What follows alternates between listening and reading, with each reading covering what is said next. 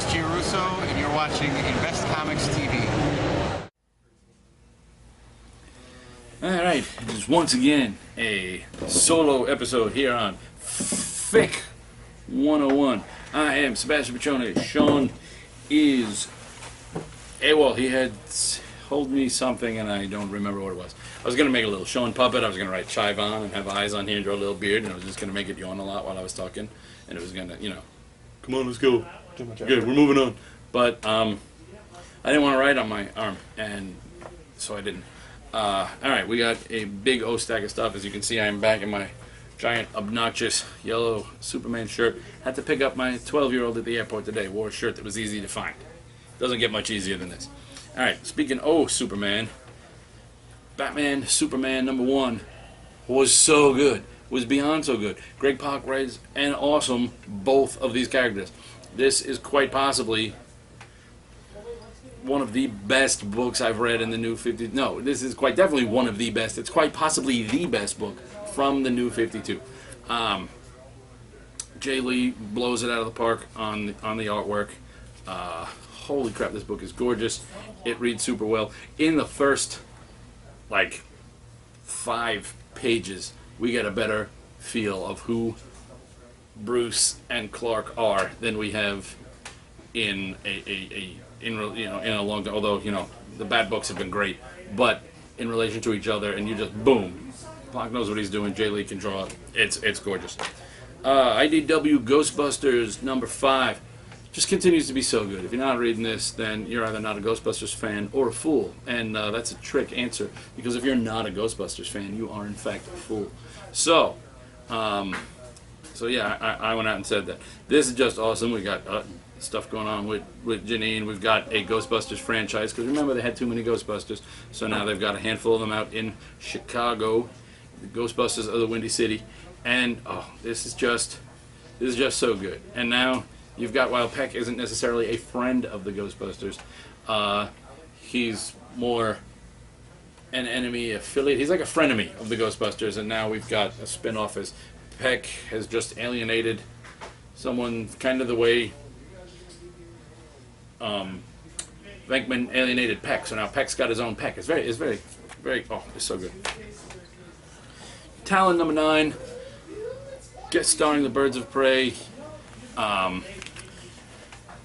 like 3 pages, and really 1 page has the team. The rest of it, the other parts of those pages, just have Strix, the Talon from the Birds of Prey. It continues to be good. James Tynion can write the hell out of this. I love this character. I love this book. You've got Bane in here, and you've got breakdowns by where the hell's the page? Right? I just want to make sure I'm getting this right before I talk out my butt. No, I am. All right. Graham Nolan did the layouts, and so Graham Nolan, Bane. Hey, don't they go together, kind of like Graham Nolan and Bane? Yes, they do. And it was so good. Justice League #21, All Power of Shazam, and wow, there's powers of Shazam. We get Mary Marvel, and we get a whole bunch of like Lieutenant Marvels, which, yeah, there used to be Lieutenant Marvels. That's not just them making stuff up. That used to exist. It wasn't these guys, didn't do the things these guys did, but nonetheless, yeah, that's the way it works. Mary Marvel, but while they have skirted around whether or not she is in fact Billy's actual sister, Mary, when they transform, I'm going to take a shot in the dark at that's still true, because the rest of them all transform kind of different styles of Marvel, and she looks almost, even more like Captain Marvel than, yeah, so, and it's good. It's good. Read it and be amazed. Justice League America, Catwoman's dead. No, she's not. If you knew she wouldn't, you don't get shot in the head and stay dead in the DC universe unless your name is Ted Kord. But no, I like Justice League. They got Brett Booth on art. I'm not always the biggest Brett Booth fan, but he drew Kronos, and I'll forgive anybody who draws Kronos. So we got Kronos in here. We got Dr. Light taking a step towards the Dr. Light. Little baby villain step. It's not like he's not raping superheroes' wives and getting his mind wiped or anything. I think the new 52, they just blow you away if you do stuff like that. Anyway, I don't see it being quite the issue that it was. Oh, do bad things? Oh wait, we're like Marvel heroes now. Let's take them out. But yeah, this is good. Speaking of good, I tell you every time. All right, All-Star Western featuring Jonah Hex. So good, so very good. Booster Gold, his run ends. Literally, he goes wee through time. Oh, they mentioned him in here. Apparently, that's what Kronos was doing. Kronos has been looking for Booster Gold. Booster Gold's important even when he's not there. Really, he's only important to me and apparently Jeff Johns and I'd assume Dan Jurgens. But he is important. So remember that. So yeah, this brings that. But while Booster slides off into time, Jonah Hex accidentally comes with him and ends up in modern Gotham and realizes that no matter how much the future changes, he still just really hates Gotham.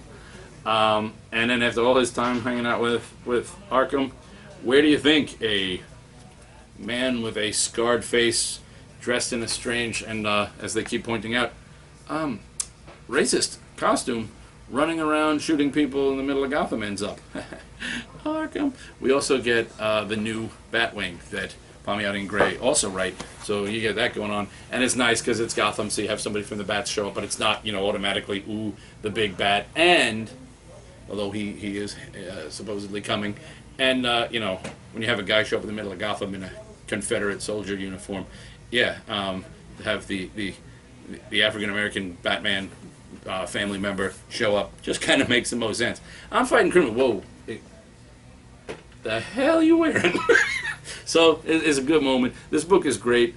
It doesn't sell half as well as it should, which really just proves it's great because, crap sells and really good stuff gets shoved by the wayside.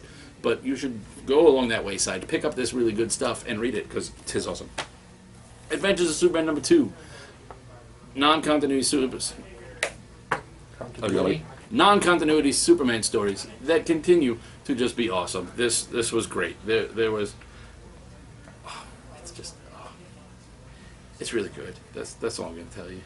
That's all you need to know. Age of Ultron Book 10 AI. It's your life, Hank Pym. And, he's got to look back. He invents square bubbles. Because, it's important to dream. We find out, what makes the Doctor Doom that's been running around with them. Well, let's see. It's a book called AI. There's Hank Pym and a whole bunch of cyborg to artificial intelligences running around. Dr. Doom, he just wears metal. He's not AI, but it's not like he's been making Doombots ever since he could first say the word Doom. Oh, wait, yes, he has. So that makes sense, and it works. This was good. I like Hank Pym, so this was a really good story as far as I'm concerned. Who wrote this? I don't know, so I could tell you. Mark Waid. Duh. Alright, so it was a good story because it was Hank Pym and it was Mark Waid. Alright, two great tastes that go great together. And this will set you up. You don't need to read this to read AI. You don't need to read this to get your closure from the hell was that non-event? Age of Ultron. But reading this, if you skip all of Age of Ultron and read this, you're exactly where you need to be for the next for the next series, and you will have avoided reading Age of Ultron, so you'll be better off than me. Green Team is fun. I like this book. Sue me. Kid's got a Batmobile because he says if you have enough money and you know where to look, including at the bottom of the Gotham City River. So he pulls out not just a Batmobile, but it's like the Tim Burton movie Batmobile. And he goes, it's one of the older ones. Stuff happens, you lose you're Bruce Wayne, you lose a Batmobile at the bottom of a river. You gonna go pull that out and try and recommit? No, you just build another Batmobile, you upgrade it, you make it river-proof. That's what you do. But hey, this guy gets his hands on it. It's nice. Nova. I continue to like this and be surprised. This is Nova number 5. I really didn't expect to like this. It's one of those books where it's got a bunch of the wrong ingredients as far as I'm concerned, but they all mix really well. And you go, wow, I hate all of these things, but this is good. Because I'm not what you call a huge Jeff Loeb fan. I like Ed McGuinness, but I'm not, I'm not one of those guys who has to buy everything that he, if he happens to land on something I'm reading, That's awesome. If he doesn't, I'm not going to follow him around. And the Sam Alexander Nova, not my guy. But as far as this is going, he's becoming my guy because Jeff Loeb and Ed McGuinness are making him my guy. It's just good. Guardians of the Galaxy, this is really good. Gamora breaks Tony Stark. That's fun to say. Tony is way out of his element in a high-tech Marvel space where suddenly all of his cool... He already has, his armor's broken. But now even his gadgets and his techno knowledge, he doesn't have technology that keeps up with, the Marvel Cosmic Universe. So he's went from, I'm the cutting edge of the planet to, oh, I'm a 2-year-old. And that's a low blow for him. And then everybody drinks to Groot. So it's good. It's gorgeous. Not a lot of books I didn't like this. Oh, here we go. Superman number 21 has Hector Hammond in it, and stuff that happens, and I don't care. Flash number 21. I've been trying desperately to like this Flash book because I loved Flash before this, and Flash is one of my favorite characters. And the Barry Allen Flash, while some people either Barry Allen, yay, he's the only Flash. Other people, Wally West, yay, he's the only Flash. Me, I like both of the Flashes, but when my dad got me to read DC Comics, I didn't read DC Comics. I was a little baby Marvel zombie. No, Daddy, I like Marvel. DC's stupid. I was young. I didn't know any better. Plus, at the time, it was sort of true. But I read his Barry Allen Flash series. I read, like the whole trial of Barry Allen leading up to Crisis. Loved it. So I really want to like this book, and I just can't. This has Kid Flash. I love Kid Flash. They haven't done much with him in Titans. We'll get on that later. But this is like, the deadly secret of Kid Flash. It's a non-secret. They give us that same little glimpse of the future that they've given us in like 4 other books that have had Kid Flash in it. And that's it. We know he was on trial and he ran away. That's it.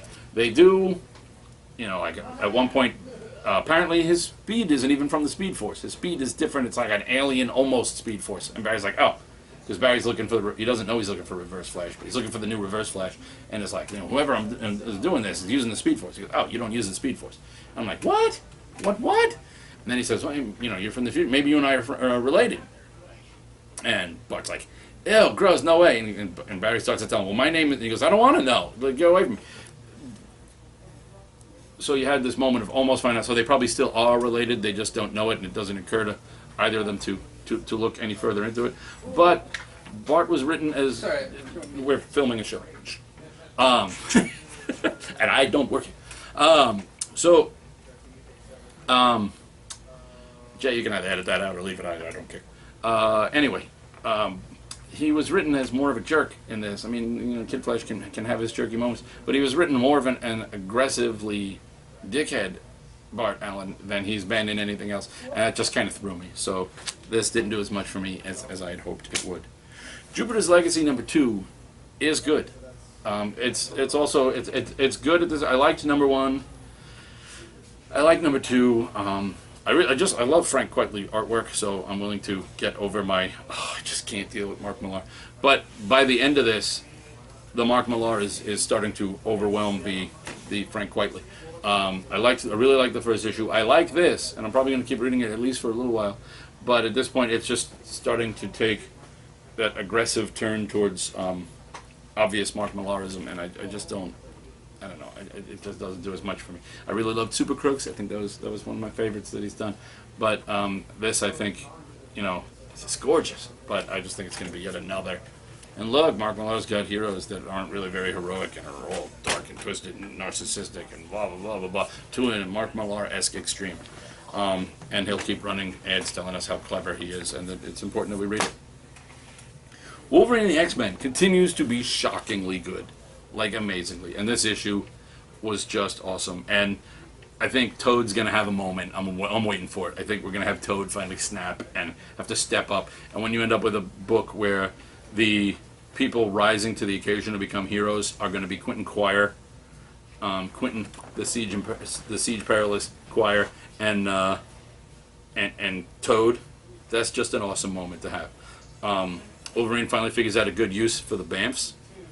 And although apparently so do the demon hands of Dr. What the hell's his name? Is it Dr. Pandemonium, whatever, Pandemonium. But it's good. Read it. X-Men #2, the all-female cast of X-Men. This is really good.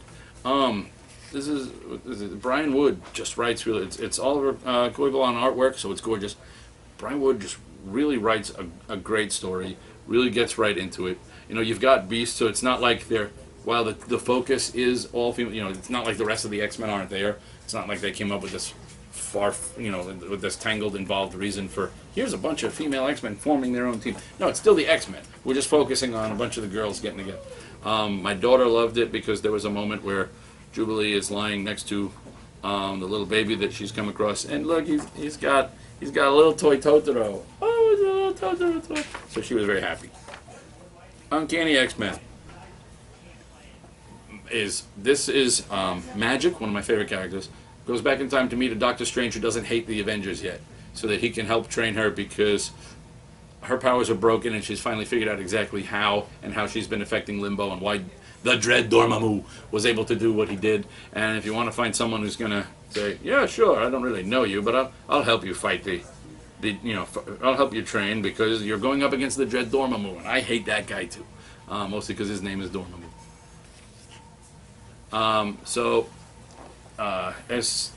Es très bien. Read that. I'm loving X books. What the hell, people? It's like Bizarro World. Speaking of loving X books, all new X-Men. Possibly one of my favorite Marvel reads. I don't know what to tell you. We find out what exactly Mystique has been up to. We get, what the hell is that? And it's a first page, so it's not a spoiler. Does that look like Little Genie with a Phoenix effect going on? And then it cuts to, it's one of those where here's what's happened, and then 6 hours ago. So, things look like they may get some. She may have some issues coming up. So good, so good. The Wake, really good. Continues with creepy, evil Mermaidology, and it's Scott Snyder, so it's written well. It's what the heck is Murphy's first name? Why am I blanking on which? Is it Sean Murphy? Yeah, it's Scott Snyder and Sean Murphy, so it's a well-written, gorgeous book. And it's really good. And if you're any of those people, like I said, because I read #1 while watching those mermaid mockumentaries on Discovery Channel, National Geographic, Animal Planet. If you like those, then this branches from that same line of thinking and is really, really good stuff.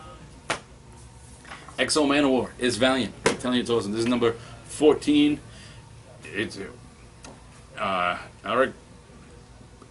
He wraps up the war. It's been the planet death.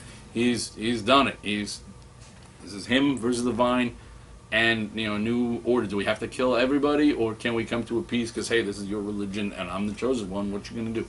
So it's good. It's nice that it's not just blood conquest.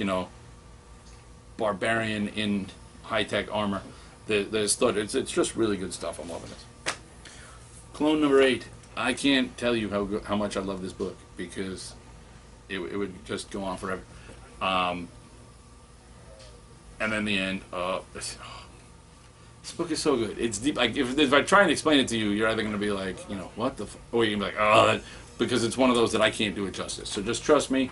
Get the first trade. Read a couple issues, and just be amazed. Bounce number 2. I really, really wanted to love this, and I really just don't. I don't hate it. I'm not 100% sure what it's trying to do. The meh is strong. Yeah, the meh is strong with this one. The art is gorgeous, and concept-wise, there's a lot to but I wanted to like this a lot more than I did. Possibly because of my job teaching, literally teaching delinquents anyway. Maybe I just have less tolerance for a little stoner. Who's, issues potentially come from, he may or may not have gotten his powers and weirder effects from a bad batch of pot.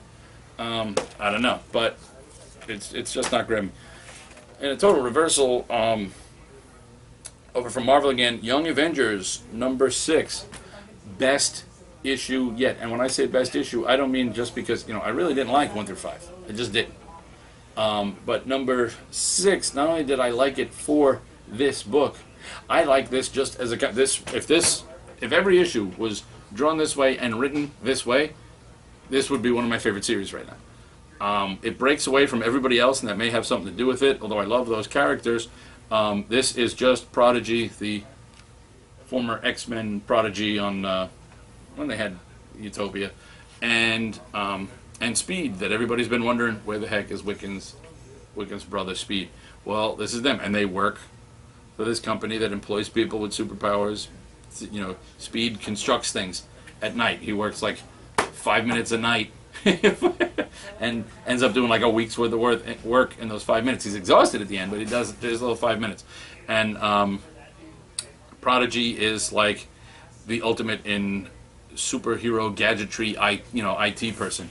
You call him and he can tell you, this is how you activate this. Do you have a Reed Richards modulator number, blah blah blah. This is what you do, and it was good. And then it's the two of them, and someone breaks into the company, and they decide, to handle it. And the two of them don't really know each other, but Speed kind of volunteers them both, and it's just really, really good. And it didn't do any of that forced clever or that forced tongue-in-cheek. There was still plenty of clever and plenty of tongue-in-cheek, but it was done naturally and not with like a overplaying your hand. So this is quite possibly one of the best things Kieran Gillen's ever written. It's just awesome.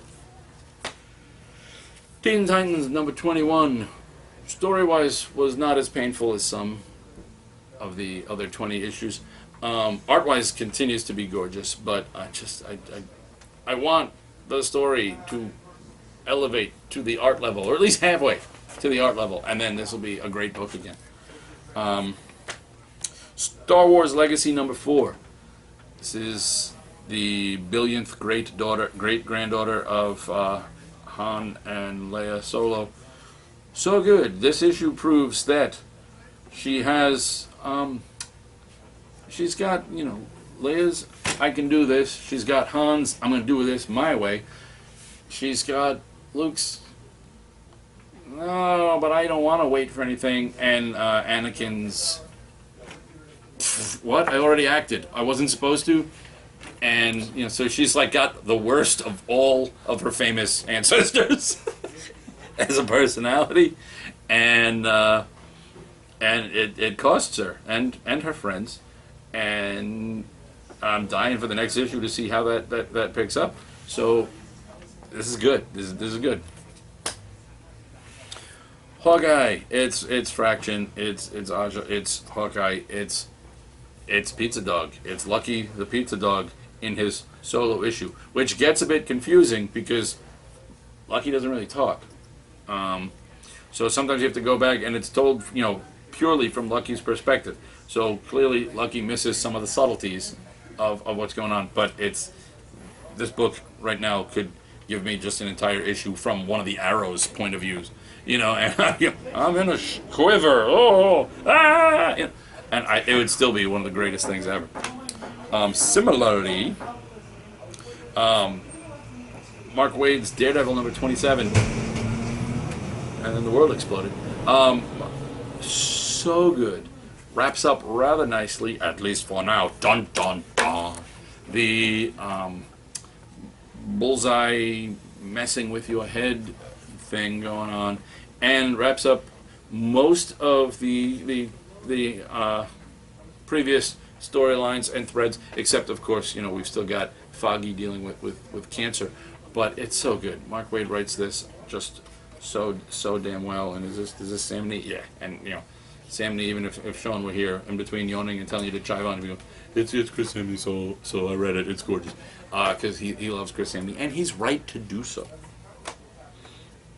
Larfleeze number 1. I have mixed emotions because I don't really care about Larfleeze. It's not a critique. I like the character, but I like the character best. I mean, he's literally designed to be. I'm stealing a quote from Jared from Famous Faces, if you can believe that. It happens. All right, he's literally designed to be a one-dimensional character, so he works best in the context of other things rather than focused on him. His, however, Giffen and DeMatteis. So it's awesomely written. It's just awesomely written, something that I didn't necessarily care about in the first place.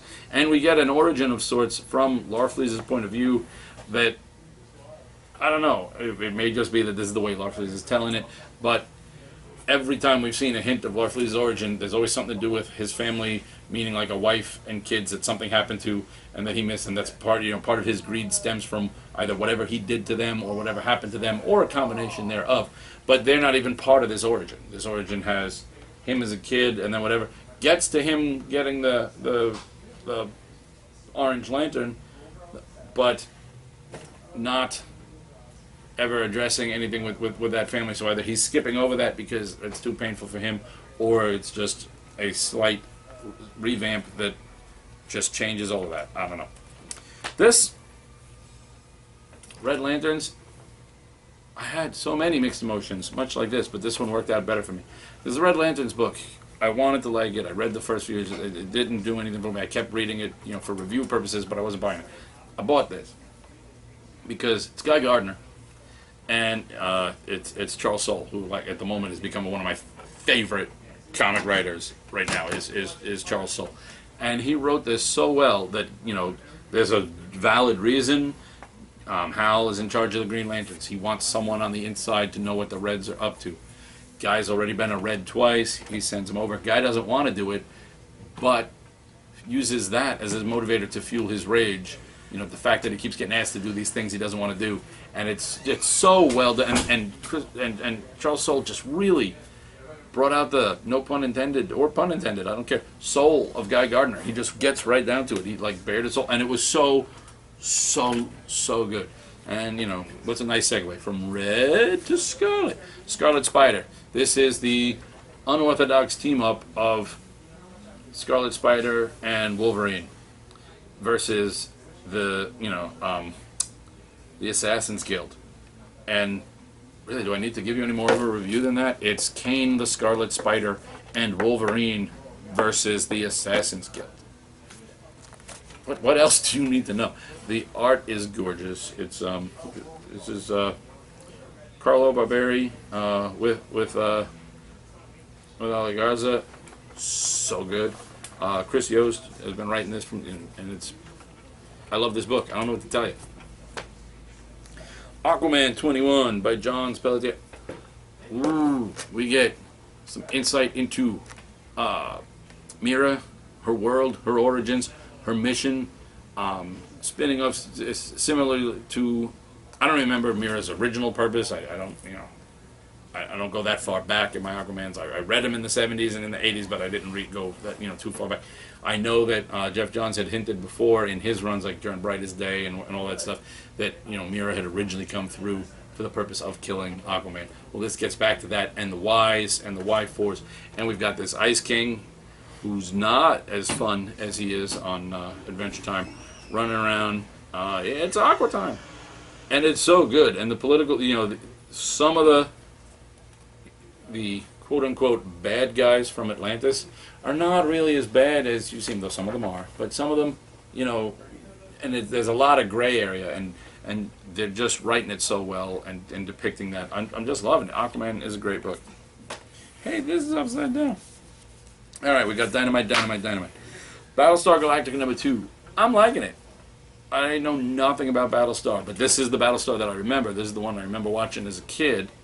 I don't, remember enough of it to say I know anything about Battlestar Galactica. I know I hated that robot dog thing and the annoying kid, but who didn't? But it's cosmic stuff, and it's written by Abnett and Lanning. So why do you need a review? Abnett, Lanning, cosmic, classic Battlestar Galactica, winner. Masks number 8. Wow, that's all that is. It seems like I've been reading this for so much longer. I like this. It's continuing the teaming up of most of the pulp characters that, well, I guess this actually wraps up the teaming up of the pulp characters. I forgot this wasn't, I don't think this is an ongoing, so this may very well be the last issue, and I'll be sad, but I know they can do some other type of crossover. But it was, Shadow, Green Hornet, Spider, Miss Fury, Black Terror, all of the public domain characters that they've. Oh, Green Llama. I like Green Llama. I don't know why. I think it's just because it's fun to say Green Llama. And this was like it was just a good story, and I like that. This is really good. Andy Diggle, fresh from his issue of Action Comics. Andy Diggle and Aaron Campbell on Uncanny. This is a guy. He's a hustler. He's a con man who basically his power is he touches you, he knows everything you know for for like a handful of minutes, and then he loses it. So if you're a martial arts expert, he touches you, he now knows your martial arts.